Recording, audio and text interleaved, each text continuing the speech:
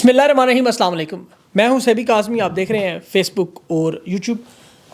اہم خبریں آپ کے سامنے رکھوں۔ 9 مئی کے بعد تحریک انصاف نے پہلی بڑی وکٹ گرائی، ایک بڑی شمولیت ہونے جا رہی ہے۔ قاضی صاحب کی ریٹائرمنٹ قریب آتے ہی ساتھیوں کی بغاوت بھی شروع ہوگی، 2 جج انہیں چھوڑ گئے۔ نواز شریف اور مریم نواز کی آج برطانوی ہائی کمشنر سے بڑی اہم ملاقات، 5 اہم معاملات اس میں ڈسکس۔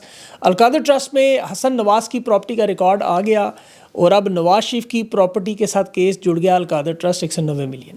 شیر افضل مروت کی گرفتاری کی پنجاب پولیس کی کوشش، کچھ ساتھی گرفتار بھی ہوئے۔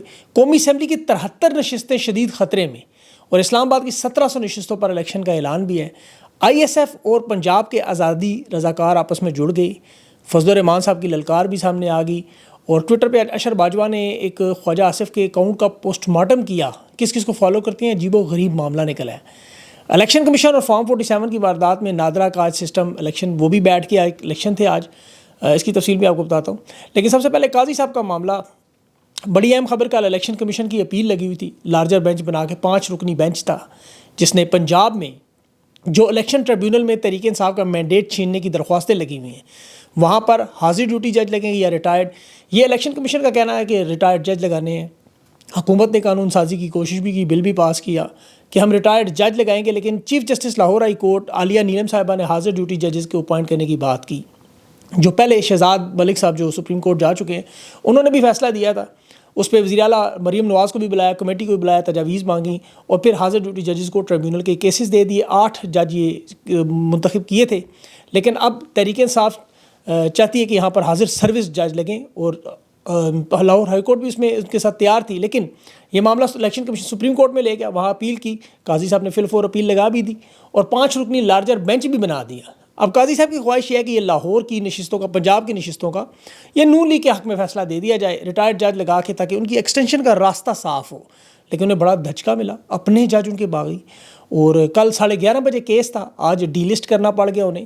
وجہ کیا نکلی کہ جمال مندوخیل صاحب دستیاب نہیں، اور اس کے علاوہ دیکھیں یہاں جسٹس مین الدین صاحب بھی ہیں، یہ بھی قاضی صاحب کے بڑے قریبی ساتھی ہیں، نعیم اختر افغان بھی ہیں، اور انہوں نے ابھی حال ہی میں نون لیگ کی 3 نشستوں کی ری کاؤنٹنگ کا فیصلہ بھی سنایا تھا۔ آپ کو یاد ہوگا وہ دوبارہ ری کاؤنٹنگ میں یہ نشستیں نون لیگ کو دی تھی۔ اس میں عقیل احمد عباسی صاحب جو کراچی ہائی کورٹ کے چیف جسٹس ہیں، ان کا اختلافی نوٹ تھا، انہوں نے کہا کہ غلط ہے، یہ تحریک انصاف کی نشستیں ہیں، بہرحال انہیں بھی اس بینچ میں رکھا گیا۔ اب قاضی صاحب نے یہ بینچ منسوخ کرنا پڑا انہیں، کیونکہ کہہ رہے جمال مندوخیل دستیاب نہیں اور جسٹس عقیل عباسی اس بینچ میں بیٹھنے پر راضی نہیں۔ وہ کہہ رہے ہیں ہمارا ذہن واضح طور پر عوام کے سامنے ہے، اس معاملے میں اب ہم نہیں بیٹھ سکتے، آپ کمیٹی کو واپس بھیجیں، نیا بینچ بنائیں۔ اب سوال یہ پیدا، اتنے بڑے کیس میں اچانک جمال مندوخیل دستیاب نہیں، جسٹس عقیل عباسی پیچھے ہٹ گئے، وجہ کیا ہے؟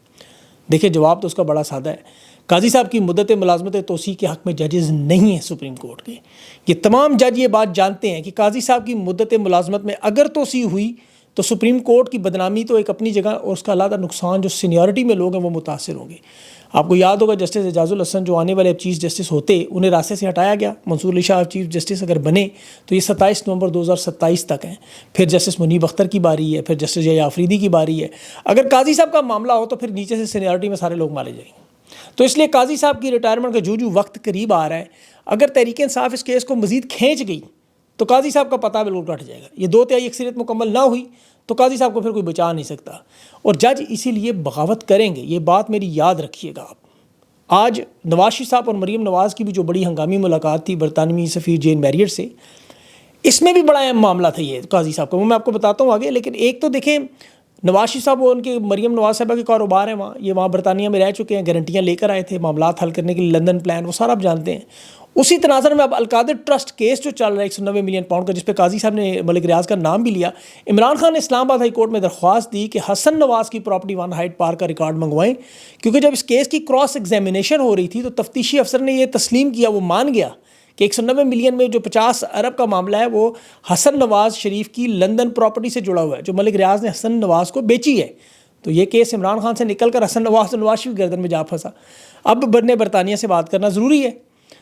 دوسرا جو بڑا اہم سیاسی صورتحال میں، ایک تو عمران خان کا آکسفورڈ یونیورسٹی کا الیکشن چانسلر کا، یہ بڑے پریشان ہیں، تنگ ہے، اس کا کیا حل نکالا جائے۔ تیسرا، برطانیہ میں ہاؤس آف کامن ابھی آپ کو پتہ ہے زلفی بخاری اور مہربانوں ایک قرارداد پیش کر چکے الیکشن کا عدم ہونے کے معاملے پر جو برطانیہ میں پیش ہوئی۔ چوتھا، جو یورپی پارلیمنٹ میں معاملہ جانے لگا ہے کہ پاکستان کے یہ 8 فروری کے الیکشن صاف شفاف نہیں، نواز شریف ہار گیا، مریم نواز زبردستی بیٹھے ہوئے، اور جین میریٹ نے، سفیر نے کھل کر خود پیغام دیا کہ پاکستان کے الیکشن صاف شفاف نہیں ہوئے، اور اس نے براہ راست قاضی صاحب کے کردار پہ لکھا تھا باقاعدہ کہ تحریک انصاف کا بلہ بھی چھینا، خان کو جیلوں میں رکھا، تحریک انصاف کے لوگوں کو الیکشن لڑنے نہیں دیا۔ تو عدالتوں کا نظام تھا جس پر قاضی صاحب نے جواب بھی دیا، آپ کو یاد ہوگا سارا معاملہ۔ اب نواز صاحب کی یہ بڑی اہم ملاقات ہے اور اس میں ساری باتیں ڈسکس ہیں۔ اب دیکھیں، قومی اسمبلی کے 73 حلقوں کی پٹیشن اس وقت دائر ہوئی ہے پنجاب، اس میں تحریک انصاف نے، جو سلمان اکرم راجہ نے آج کانفرنس میں بھی بتایا کہ 40 حلقے پنجاب سے اور 23 باقی صوبوں سے۔ سلمان اکرم راجہ نے کہا یہ مقدمہ الیکشن کمیشن کے خلاف کیا ہو۔ وہ جانتے ہیں کہ پنجاب میں الیکشن ٹریبیونل کی جو سماعت ہے جو ابھی شروع نہیں، اس میں صرف اور صرف ایک ہی معاملہ ہے کہ ریٹائرڈ جج کس طرح الیکشن کمیشن لگا دے۔ سلمان اکرم راجہ صاحب بڑی سخت باتیں کر رہے تھے، انہوں نے کہا مجھے اور میری بیوی کو جس طرح ریٹرننگ افسر نے اٹھا کے دھکے دے کے باہر پھینکا اور مارا، اب یہ سلوک جو ہمارے ساتھ ہوا، ہم یہ سلوک کبھی بھولیں گے نہیں، اس کا تو پیچھا نہیں چھوڑیں گے ان کا، چاہے کچھ بھی ہو جائے، قانونی انداز میں کیس لگے گا اور یہ معاملہ چلتا رہے گا۔ آج اس کے علاوہ دوسری جو بڑی اہم خبر، تحریک انصاف نے بڑی وکٹ گرائی ہے، یہ 9 مئی کے بعد پہلی بڑی شمولیت ہوگی۔ دیکھیں اب تک تو سنتے رہے نہیں کہ فلاں نے پارٹی چھوڑ دی، فلاں نے پریس کانفرنس کر دی، فلاں ناراض ہو گیا، فلاں گرفتار ہو گیا۔ اب یہ جو سابق گورنر سندھ ہے اور اسد عمر کے بھائی ہیں، مریم نواز اور نواز شریف کے ترجمان، سابق ترجمان زبیر عمر، تحریک انصاف میں شمولیت اختیار کرنے لگے ہیں۔ ان کی شمولیت سے فائدہ تو ہوگا، ایک تو دیکھیں اسد عمر کی کمی پوری کرنے کی کوشش کریں گے، اسد عمر پر یہ بڑا گلٹی کانشیس ہے اس کا، نون لیگ کے رہنماؤں کو بھی قریب سے جانتے ہیں۔ پھر جو ان کے ساتھ سلوک ہوا اسد عمر کے ساتھ، وہ بھی اس کا کمی پوری کرنا چاہتے ہیں، اور میرا خیال میں شاید کو عہدہ نہ ملے، یہ تو خیر عمران خان فیصلہ کریں گے جماعت میں کیا اہمیت ہوگی کیا نہیں، لیکن یہ ایک وکٹ کم از کم خان کی حاصل ہوگی اس طرف۔ اچھا، آئی ایس ایف اور آزادی رضاکاروں کی کنٹریبیوشن، جو بڑا اہم معاملہ ہے، کے پی اور پنجاب کے لوگوں کا آپس میں ملنا رہنماؤں کا۔ اب جو خیبر پختونخوا کے رہنما پنجاب کا رخ کر رہے ہیں، اب تحریک انصاف کے جو پختون رہنما، ان کا خیال ہے کہ پنجاب کی عوام اب تیار ہے۔ یہ انہوں نے 13 اور 14 اگست کی رات کو جو مناظر دیکھے، انہیں اندازہ ہوگا کہ لیڈرشپ کا اب انتظار ہے۔ پنجاب کے رہنماؤں کے اس پر جو قدغن لگی ہوئی ہے، رہنماؤں پہ 20 25 پرچے ہیں، پولیس ان گھروں کے باہر پریزن وین لے کے کھڑی ہے۔ ابھی سوابی کے جلسے کے آپ کو پتا ہے، پنجاب سے جب لوگوں نے جانے کا فیصلہ کیا تو وہاں جو فلائنگ کوچز اور بسز تھیں، ٹرانسپورٹ تھی، اسے باقاعدہ طور پر پولیس نے جا کے ان لوگوں کو بتایا کہ اگر تحریک انصاف کو بندہ ہو تو ہم اس بس کو توڑ دیں۔ اب ظاہر ہے ان لوگوں نے پھر پنجاب سے تحریک انصاف کے لوگوں کو بسیں بھی نہیں دی، ٹرانسپورٹ بھی نہیں، لوگ اپنی مددات کے تحت پہنچے، لیکن اب پنجاب سے وہاں جانا ہی 30-40 ہزار روپیہ لگ جاتا ہے کم از کم۔ تو کے پی کے لوگ وہاں بڑی تعداد میں جلسے میں تھے۔ اب ترنول کا جلسہ ارد و گرد ہے، آپ کو پتہ ہے اٹک ہے، اسلام آباد ہے، ٹیکسل ہے، وہ سارا علاقہ ہے، راول پنڈی ہے، تو وہ تو بڑے آرام سے بہت بڑی اسٹرینتھ بن جائے گی۔ باقی پنجاب سے پہنچ گئے تو بس آپ کو پتہ ہے کڑ دن کام۔ اب معاشی حالات کی وجہ سے لوگ تنگ ہیں، بجلی کے بل ہے، مہنگائی ہے، بے روزگاری ہے، اوپر سے پولیس گردی ہے، ایک حبس زدہ ماحول بنا ہوا ہے۔ جو لوگ 2 سال سے گزار رہے ہیں عذاب، یہ سے نکلنا چاہتے ہیں، وہ چاہتے ہیں کوئی لیڈر سامنے آئے، ہم اس کے پیچھے چلے، اور کے پی کے رہنماؤں کی شکل میں انہیں یہ جمود ٹوٹتا ہوا نظر آئے گا۔ اسے وہ رضاکار کا نام دے رہی ہے، رضاکار تحریک کا نام بنگلہ دیش سے آیا، وہاں پہ بھی والنٹیئر سامنے آئے تھے، رضاکار جنہیں کہا گیا۔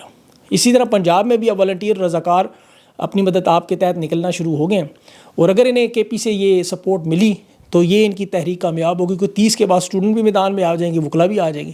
اب دیکھیں مینڈیٹ جو ملا ہے وہ سب سے بڑا مینڈیٹ پنجاب میں ہی ملا ہے تحریک انصاف کو۔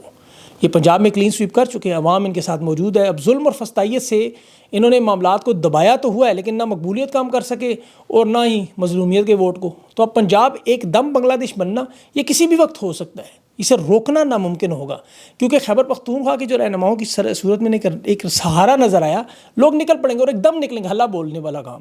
منصیرہ میں جس طرح شیر افضل مروت نے مریم نواز کو چیلنج کیا کہ گرفتار کرنا ہے، ظلم کرنا ہے، جو دل میں آتا ہے کرنا، ہم لاہور آ رہے ہیں۔ آج انہوں نے کھاریاں انہیں بلایا گیا تھا، وہاں جہاں بلایا گیا تھا وہاں انہوں نے چھاپا مار لیا پولیس نے، وہاں وہ اس طرح بیٹھے ہوئے تھے جیسے مقبوضہ کشمیر میں بیٹھے ہوئے ہیں وہ بی ایس ایف کے لوگ۔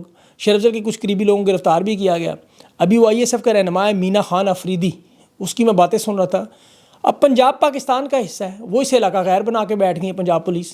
وہ کہہ رہے ہیں ہم لاہور کی سرزمین پر کیوں نہیں آ سکتے، ہم آئیں گے، یہاں گرفتار کرنا ہے آپ کر لیں۔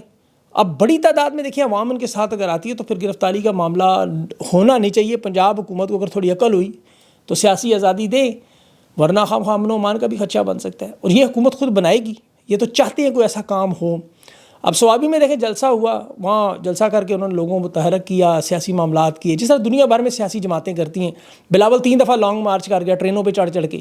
مریم نواز بھی چڑھتی نہیں ٹرکوں کے اوپر، مہنگائی مارچ کرتی نہیں. حمزہ شہباز بھی اپنی موج مستی کرتا رہا.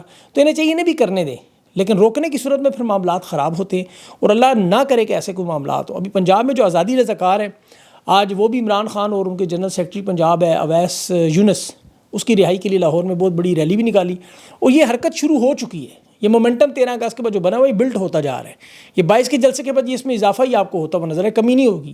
پاکستان کے دیکھیں لوگ بہت سارے سوچتے ہیں کہ یہ بنگلہ دیش اور بھارت میں لوگ حقوق کے لیے احتجاج کرتے ہیں، یہاں ماحول کیوں ایسا نہیں؟ اس کی وجہ دیکھیں 77 سال سے پاکستان میں انہوں نے احتجاج ہونے ہی نہیں دیا. جس نے احتجاج کرنا تھا وہ 71 میں کر کے بنگلہ دیش بنا کے سائڈ پہ ہو گئے. اب جو رہ گئے پیچھے وہ بدقسمتی سے دبتے رہے. وہ تو سوشل میڈیا آیا، لوگوں نے احتجاج کا طریقہ بدلا، وہ اس پہ چلے گئے، وہ اسی لیے قابو نہیں آ رہا.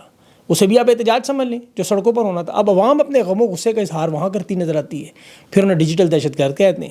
لیکن اب یہی سڑک پر پرامن انداز میں احتجاج کرنے کو تیار ہیں، اور یہ حالات تیار کرتے ہیں. پیٹ پہ لات لگے تو پھر لوگوں کو احساس نہیں ہوتا، وہ خود، اور یہ لاتیں لگنی شروع ہو گئی ہیں. کیونکہ جو 13-14 اگست کو جس لوگ نکلے تھے وہ سارے تحریک انصاف کے نہیں تھے، اس میں تمام جماعتوں کے لوگ تھے. یہ سارے تنگ ہیں اس وقت. اسی لیے بنگلہ دیش والے معاملات جو ہیں ان سے ڈر ان کو لگتا ہے، بار بار کوئی ایسی چیز نظر آئے تو خوف انہیں آتا ہے. اور رضاکار موومنٹ کی تحریک کی ہو سکتا ہے ضرورت نہ پڑے، مذاکرات سے معاملات پہلے ہی ٹھیک ہو جائیں، کیونکہ حالات معاف کیجیے گا، حالات اس نیک پہ پہنچ چکے ہیں. کہ وہ مراسیوں کے بیٹے کو فوج میں جب بھرتی کرنے کی کوشش کی تو چودھری سے کہا، تو چودھری نے کہا میرے میں صلح کر، مراسی نے کہا صلح کر لیتے ہیں. آج اطاعت تارڑ کو میں دیکھ رہا تھا، دفاع کر رہا تھا، ترجمانی کر رہا تھا، اور 6 سال رہنے والے D G chief army ISI کے اسے عمران خان کے ساتھ جوڑ کے فوج مخالف کہتا جی بیانیاں بنا رہے تھے، ریٹائرڈ سرونگ افسران کو بھڑکا رہے تھے، لیڈرشپ کے خلاف اکسا رہے تھے کہ فوج میں تقسیم ہو. یہ جاہلانہ سوچ ہے. اطاعت تارڑ کبھی بیٹھ کے نا ٹھنڈے دماغ سے اگر سن لے ویڈیو خواجہ آصف نواز شریف یا مریم نواز کے بیانات کو، اسے اندازہ ہو فوج مخالفت بیانیاں لیڈرشپ کے خلاف اکسانا، جناب باجوہ کا نام لے کے آرمی چیف کا، اس وقت پرویز مشرف کا جہاز اغوا کرنا، جنرل ضیاء بٹ کو ISI کے چیف بنانا، یہ نواز شریف کا گٹھ جوڑ تھا. عمران خان نے تو کبھی فوج مخالف بات ہی نہیں کی. جنرل فیاض کی اگر یہ باتیں کرتے تو کبھی بیٹھ کے عرفان صدیقی کی باتیں سنیں، خواجہ آصف کی باتیں سنیں کہ وہ کس طرح نون لیگ کی حکومتیں بنا کے نہیں دیتا رہا. آج بھی ابصار عالم کے پروگرام میں وہ خاقان عباسی سے وہ ابصار عالم کہہ رہا تھا کہ مجھے جنرل فیاض تنگ کرتا تھا، تو میں آپ کے پاس وزیر اعظم تھے، آپ کو شکایت لے کر آیا تھا. اس نے کہا آپ نے شکایت لے کر آئے تو وہ کئی ڈاکومنٹس کہتے ہیں میٹنگز میں، وہ ڈاکومنٹس میں ڈاکومنٹڈ ہے میٹنگ. خاقان عباسی نے کہا ہے تو وہ میں معافی مانگ لوں گا، نہ ہوا آپ مانگ لیں، تو ورنہ دونوں مانگ لیں گے کہ دونوں میں سے جو غلط ہے. غلط دونوں ہیں، سب کو پتہ ہے کیا واردات ہے، ایک جنرل ٹھیک ایک جنرل غلط. تو یہی فارمولہ چلتا رہا. نواز شریف صاحب کے اب آپ تمام ریکارڈ نکال کے دیکھ لیں پرانے جتنے بھی جنرل باجوہ کے خلاف انہوں نے جلسوں میں باتیں کی، کھل کے باتیں کی. آج جرت نہیں ایک لفظ بول کے دکھائے اس کے بارے میں. ذرا کہیں اسے ہمت کرے، نہیں کر سکتا. فضل الرحمان آج وہ باتیں کر رہے ہیں اسٹیبلشمنٹ کے بارے میں اور باقی سب لوگوں کے بارے میں، یہ بھی ان کے ساتھ جڑے ہوئے تھے اس وقت، لیکن آج یہ بھی بہتر ہوتے نظر آ رہے ہیں. ہر الیکشن میں واردات کی. دیکھیں پاکستان انجینئرنگ کونسل کے الیکشن آج ہو رہے ہیں، اس میں وہ خورشید شاہد کے بھائی کا ایک گروپ ہے وہاں پہ پیپلز پارٹی کا، وہ لڑ رہا ہے، اور ایک تحریک انصاف کے حمایتی ہیں. آج سسٹم ہی بٹھا دیا الیکشن کمیشن نے. ان کے کنوینر کا ہاتھ سے لکھا ہوا خط، لیفٹنٹ جنرل ریٹائرڈ انجینئر معظم صاحب، ان کا خط آپ دیکھیں، کہتے ہیں الیکشن شروع ہونا تھا 8 بجے اور 155 پولنگ اسٹیشنوں پہ 11 بجے پورا سسٹم بیٹھ گیا، جیسے 2024 میں الیکشن کمشنر بیٹھ گیا. اور ابھی میں دیکھ رہا تھا ان کی نوٹنکیاں، تو ایک وہ شزا فاطمہ صاحبہ خواجہ صاحب کی پتہ نہیں بھانجیاں بھتیجی ہیں، BSc اکنامکس پولیٹیکل میں انہوں نے کیا ہوا ہے، انفارمیشن ٹیکنالوجی ہے، سمجھتی نہیں ہے. کہہ رہی تھی انٹرنیٹ سلو ہوا VPN لگانے. چلیں یہ تو ان کا بلنڈر تھا، لیکن کہہ رہی ہے پاکستان کی تاریخ میں پہلی بار انفارمیشن ٹیکنالوجی کی سب سے زیادہ برآمدات ہوئی. 3 لاکھ بچوں کو چین کی کمپنی ٹریننگ دے رہی. ایک تو ان کی ہر بات مستقبل، ڈالر آئیں گے، سرمایہ آئے گا، تربیت ہوگی، بات چیت ہوگی، نہ تیل ہوگا نہ زیادہ ناچے گی، وہ والا کام. لیکن IT کی سب سے بڑی برآمدات کی یہ بات کریں جب ملک میں اوبر کمپنی چھوڑ کے چلی جائے. دیکھیں موبائل کمپنیاں چلی جائیں، فائبر جس پہ وہ فری لانسنگ کر کے کروڑوں ڈالر کا وہ کانٹریکٹ ختم کر دے، فیس بک، ٹویٹر، یوٹیوب، انسٹاگرام سارے کے سارے سروسز ہی نہ دیں، اپنے ملک میں دفتر تک کھولنے کو تیار نہ ہوں اور بند کر دیں اپنی ایپس. ایکسپورٹ کی بات ہے تو چھوڑے، سافٹ ویئر ہاؤسز کے پڑے تالے کھلوا لیں. یہ پتہ نہیں کون سی برآمدات باہر بھیج رہی ہیں. شاید وہ مریم نواز کی جو ویڈیوز بنی ہیں انہیں شاید IT مصنوعات سمجھ کے غیر ممنوعہ سائٹس پر بیچتے ہوں گے، پھر تو اسی کو IT کا درجہ دے رہے ہیں، ورنہ اور تو کچھ نہیں ان کے پاس بیچنے کو. ان کے ماموں چاچو جو بھی ہیں وہ خواجہ آصف صاحب، ان کا اکاؤنٹ دیکھے اشر باجوہ نے تفصیلی جائزہ پیش کیا. ماموں ہیں پتہ نہیں چاچو، مجھے یہ بھی نہیں یاد ہے وہ کن چیزوں کو فالو کرتے ہیں خواہش سے. ان کی عمر دیکھیں، اس عمر کے حصے میں وہ ٹویٹر پہ کن اکاؤنٹس کو فالو کرتے ہیں؟ مردوں کی سکن کیئر، مردوں کی کریمیں، جھریاں ختم کرنے کی، جانوروں کو دیکھتے ہیں، خطرناک جانوروں کی، وہ بچوں کی ایڈکشن والی ویڈیوز، بچے بغیر انٹرنیٹ کے کیسے رہ سکتے ہیں، ڈپریشن کی ویڈیوز دیکھتے ہیں، ذہنی حالت کیسے ٹھیک کی جائے، مردوں کا فیشن، افریقہ کے مرد، صحت کیسے فٹ کی جائے، وزن کیسے کم کیا جائے. مطلب آپ عمر کے حساب سے کام کریں. آپ کو دیکھنا چاہیے عمرے پہ کیسے جایا جا سکتا ہے، اگلا حج کا بار ہے، جھوٹ کی عادت کو کیسے چھوڑا جائے، انسانوں کے حقوق کیسے ادا کر رہے ہیں، کسی کا حق غصب کیا جائے تو واپس کیسے کر رہے ہیں، مینڈیٹ چوری کرنے کا اسلام میں گناہ کیا ہے. اس طرح کی چیزیں دیکھیں، کوئی آخرت کی تیاری کریں. یہ وقت ٹائم ہے کہ وزن کم کرنے، جھریاں ختم کرنے، کارٹون نیٹ ورک دیکھنے. وہ اسی طرح عظمیٰ بخاری صاحب کی ویڈیو ایسی، وہ گانے سن رہے، ناچ رہے، اور ٹائٹینک ڈوب رہا ہے آپ کا ملک. وہاں پر جس طرح وہ بیٹھے ہوئے اس کے عمران موسیقی کا مزہ لوٹ رہے تھے، یہ بھی وہ سارے پہ ڈوب گئے. تو نہ کریں اس طرح کی حرکتیں، اپنے کام سیدھے کریں، اللہ کو یاد کیا کریں اور معافیاں مانگیں. نہ کریں عوام پہ ظلم، لوگوں کو ان کے سیاسی حقوق پورے کرنے دیں، ان کا مینڈیٹ واپس کریں، اور اپنی نوٹنکیاں کچھ اور کام کر لیں ساتھ. ان کو دیکھیں کہ ٹیلنٹ ہے سب کے اندر ہے، گانے کا، بجانے کا، ہر چیز کا. تو وہ کچھ اور چیزیں بھی کر سکتے ہیں، بہت کچھ کر سکتے ہیں. بہرحال اگلے انٹرویو تک کے لیے مجھے اجازت ہے. اپنا خیال رکھیں. اللہ حافظ.